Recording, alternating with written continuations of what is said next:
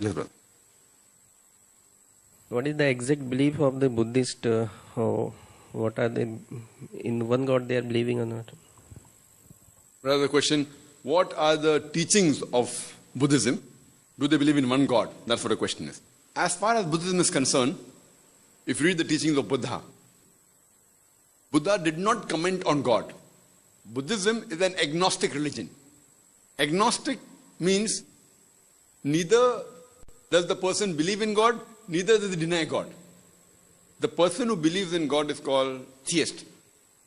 Person who does not believe in God is called an atheist. But a person who's quiet, is silent on the existence of God, neither does he say there is God, neither does he say there is no God, he's called an agnostic. And Buddhism is an agnostic religion. And the scholars of Buddhism, they say that Buddha did not comment on God because when he came, polytheism was very much prevalent.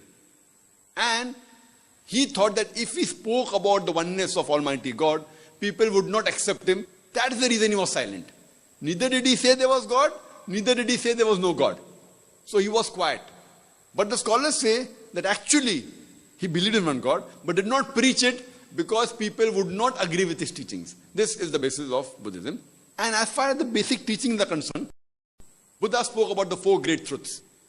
The first great truth was, there is sorrow and misery in this world. Second great truth, the cause of sorrow and misery is desire.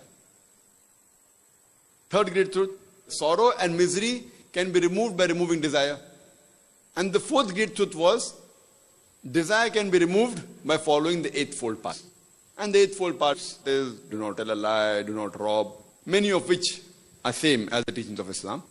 But if we analyze the 4 great truths of Buddha, the first one says, there is misery and sorrow in this world, which there's no problem in accepting that. Point number 2, the cause of sorrow and misery is desire. No problem with that. The third says that sorrow and misery can be removed by removing desire. Okay. And the last one says that desire can be removed by following the eightfold paths. Now if we follow all these 4 truths, if we analyze, the last 2 truths, they are contradicting.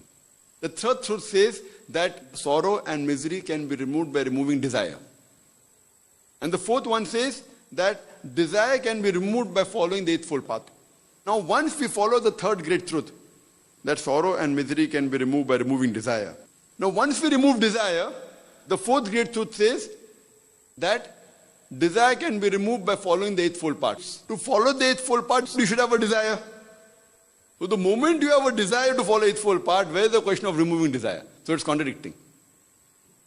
If you analyze it with logic, the third great truth says that sorrow and misery can be removed by removing desire. Okay, fine, we remove desire. Desire can be removed by following the eightfold paths. Now to follow the eightfold paths, you should have a desire. So you have to have a desire to remove desire. It's contradicting. So therefore, if we analyze analytically, logically, these 4 great truths cannot stand on its own. But many of the teachings of Buddha match with Islam. What matches? We agree. Come to common terms as we now send you. Buddha even prophesied the coming of the last and final messenger, the Maitri. And I've given a talk, Muhammad Sallallahu Alaihi Wasallam, in the various world religious scriptures. And there I've described in detail about he saying that there's a Maitri to come. And the Maitri, what he mentions, refers to no one but the last and final messenger, Prophet Muhammad Sallallahu Alaihi Wasallam. Hope that answers the question. Wa akhiru da'wana alhamdulillahi rabbil alamin.